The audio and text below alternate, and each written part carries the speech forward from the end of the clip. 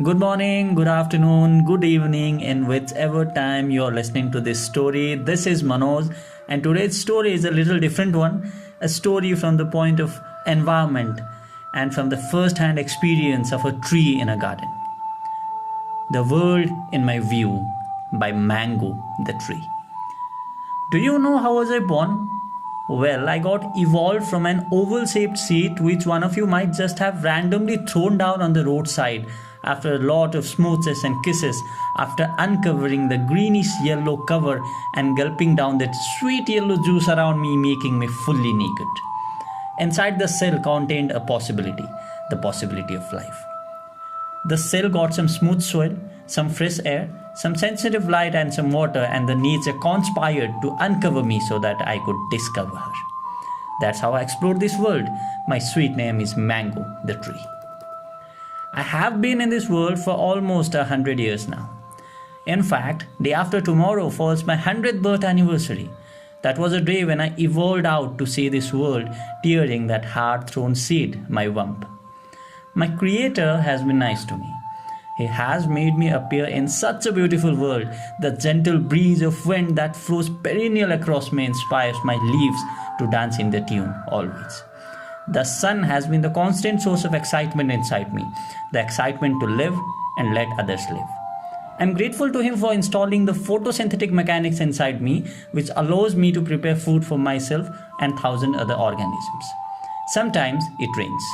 The creator well understands that I get full of dirt and dryness, that he has the plan to seasonally shower me. I feel everything is perfect in this nature, except the humans. Around me, there are numerous other individual trees identical to my sapient size. I am the 1000th part of this huge mango farm.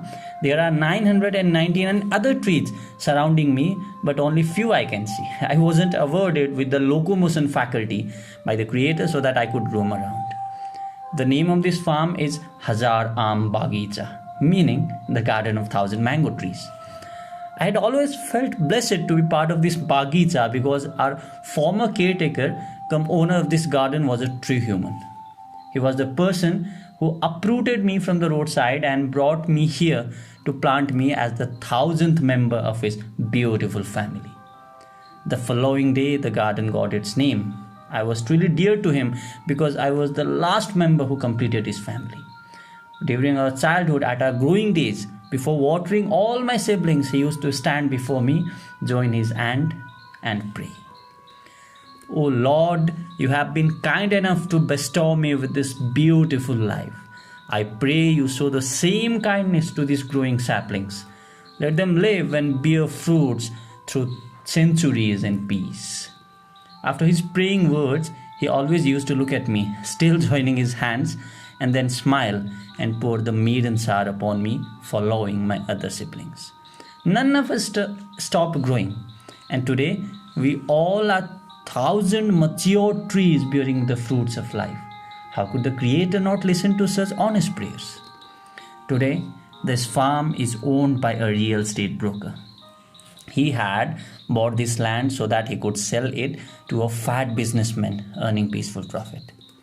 That's what the whole of humans are running behind, profit. Man has been selfishly depleting resources for profit. If I would have been given any voice, I would surely scream to the loudest, "Oh man, this land is mine as much as it is yours." I agree that I do not have limbs to move and brain to think as much. But trust me, if I had these faculties, I would never have thought of uprooting you from this planet, the way you are uprooting us. We share the same duties in this nature, that is to serve, and we have equal rights over this planet, that is to live. Alas, we cannot speak and thus bound to be exploited. It was a week back that the new owner of this farm was talking on his phone at the noon time under my shade, conspiring against me, against us. Yes, I'm cutting all trees by the next week. After all, these trees have lived to their fullest and their mangoes have become tasteless. Don't worry, sir. The garden will be ground in a week and you can start the construction around. The man sitting beneath me was the same little boy who once came to this garden with his father to meet the then owner. The boy used to play around me, would happily see the structure of the fruits that I produced and compared them with the two-dimensional structure of the mango that he drew in his drawing book at his class. He often used to exclaim, "Dad, this round structure is so different from the drawing that I make in my book. How can both be called mangoes?" The owner of our farm would proudly interrupt the father-son's conversation and would mention, "Son, both represents the same reality. It is just that this round fruit represents the manifestation of mango and your drawing represents its imagination. And don't forget that you can only imagine things. It is the creator who manifests your imagination into reality. Do not ever judge the creation, because no matter what, how hard you try to create things on your own, you can never put the taste inside your creation. You may make the mango, but the sweetness of juice will always be missing." Time flied, and man forgot the reality, covering his mind with much of illusions. Illusion that he is the supreme. Illusion that he can exploit the creation. Illusion that he can surpass the creator. The little boy has become an adult now. Now he thinks that he has bought the deforestation right. An illusion again. It was a week back and the week has passed. Today is the day of our uprooting. I can both hear the sounds of approaching mechanical cutters and flattening leaves of my fellow tree mates. I have never feared that, but today, when I know that this is going to be my last sunlight, the sun just seems a large sachet of scorching heat. The wind seems an annoying whistle that is disturbing the balance of my unbalanced mind. I had never imagined that my fellow tree mates, whom I had always known as my family, now just seemed to be the bodies of trembling xylons and phloems waiting for their turn to die. These humans always feel that only their lives matter the most. They never know life doesn't just mean humans. We too live, and above all, we too love to live. These humans do not have any right to crush our hopes. We too fear death. The sound of the JCB is getting loud every passing moment. Wait, some humans are talking. Let's start with the last tree. It's the voice I can hear and the subject of discussion. My roots are losing the firmness. "No, first one first. What do you say?" the other one says. "Okay, fine. Driver, let's take the vehicle to the left side." I'm relieved for the moment. The JCB is parting out of my vision, and the devils too. After 5 minutes, I can see far, but I believe the mass slaughter has started. It seems that cutters are piercing the trunks of my friends. I can hear the screams of my fellow tree mates. My turn is destined to be soon. A few moments later, the destruction clan is visible now. I can see them approximating the direction in which the carcass of one of my fellow tree mates would fall. The brother of mine whose turn has come is standing hopelessly before them. He is sure to die. And he is assured that no one can save him from the intentions of devil-turned humans. Crack for them, and for us, 998 gone down, 2 left.